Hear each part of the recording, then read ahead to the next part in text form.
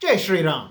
As I'm sure you've all seen by now, over the last few days or weeks, I guess, there have been ongoing protests in the state of Karnataka regarding Muslim female students in schools wearing a hijab, where uh, you're not allowed to wear any kind of religious garb in school. So there's been this protest about the Muslim girls want to be able to wear it. They're doing so. Then there are Hindus coming out and saying, you can't flout this rule, and we're going to wear bhagwa colored shawls as a protest to that. So there's this ongoing thing. It started in one particular college, then it spread to other ones, and now it's become this kind of statewide political issue, and it's gained a lot of national and, of course, international attention as well. And I think that I'm all for this 100%, basically on both sides. And the reason I say that is this. Obviously, I'm in favor of the Hindu side coming out and kind of counter protesting against what the Muslim girls are doing, because it's showing a sense of strength and solidarity and actually understanding that you have a particular identity which is being threatened, where people of the other identity are out there asserting themselves. So I support the Hindus in that 100%. And I also think that in general, this is a great thing, because if I had to talk about what the biggest flaw and weakness of Hindu society is, by far I think it would be that Hindus lack a basic kind of an understanding of who they are and how other people are different from them. What you have instead is that your average Hindu wants to see Muslims and Christians and everybody else as just being, basically the same as them, and they always want to focus on superficial similarities or similarities that were valid, centuries and centuries ago before people converted to these Abrahamic religions, as opposed to actually understanding what the religious differences are. And I'm sure that if you have friends, family members, and acquaintances who are more left-leaning politically, you would have heard all of this kind of secular propaganda that they say as well. So I think that having any kind of an issue where Muslims are being very clear that they have this identity, they're going to practice it, and it makes them even kind of clearly, visibly different from the mainstream population.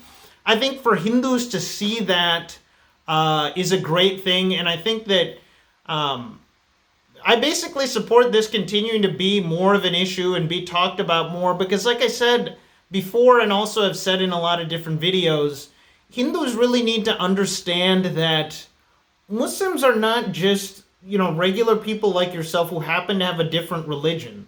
They or their ancestors specifically converted away from Hinduism and adopted a different identity. And the fact that, some of them choose to actually seriously practice their religion to wear a hijab is kind of the only thing that really shakes a lot of Hindus out of their slumber, I think, because a lot of Hindus will look at it and think, oh, there are so many Muslims that don't wear a hijab, as if the individual choice of specific people is the issue. And this is why I think it's nice that this is an actual issue, because let's say that this wasn't an issue and that the Karnataka High Court or, the state law or whatever didn't actually ban you from wearing any kind of religious garb, then some of the girls would wear hijab, obviously. But, in case people who are kind of extraordinarily ignorant don't understand, a large number of Muslim girls in India don't wear a hijab.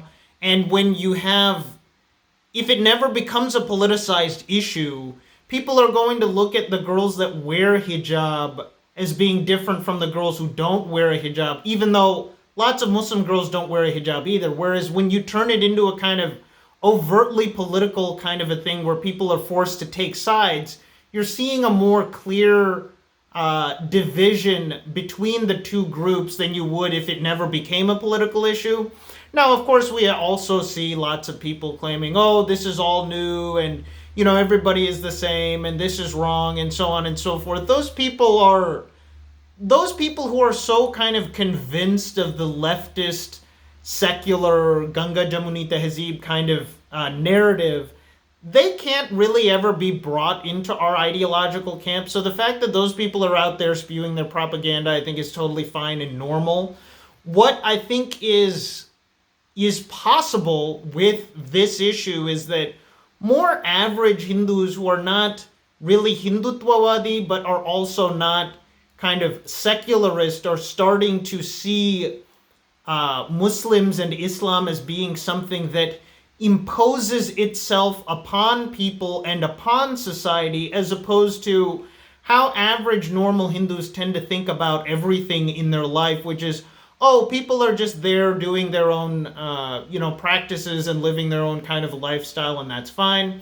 So, I basically just hope that this continues, and I absolutely applaud the young Hindus that are out there with their bhagwa colored shawls, marching and sloganeering and all of the things that they're doing. I have seen some interviews with these kids, basically, and it's really heartening to see. As I've mentioned a lot before, I am a Kannadiga myself. My parents are from the state of Karnataka, and for people in Karnataka or really anywhere in South India, there's always been this ongoing issue that it's very difficult for Hindutva politics to really gain a foothold, because unlike Maharashtra, Gujarat, or the Hindi belt, there's not this kind of long-standing, constantly smoldering kinds of tensions that always exist everywhere that can kind of easily be accentuated in any particular instance. That's not really the case in much of the South.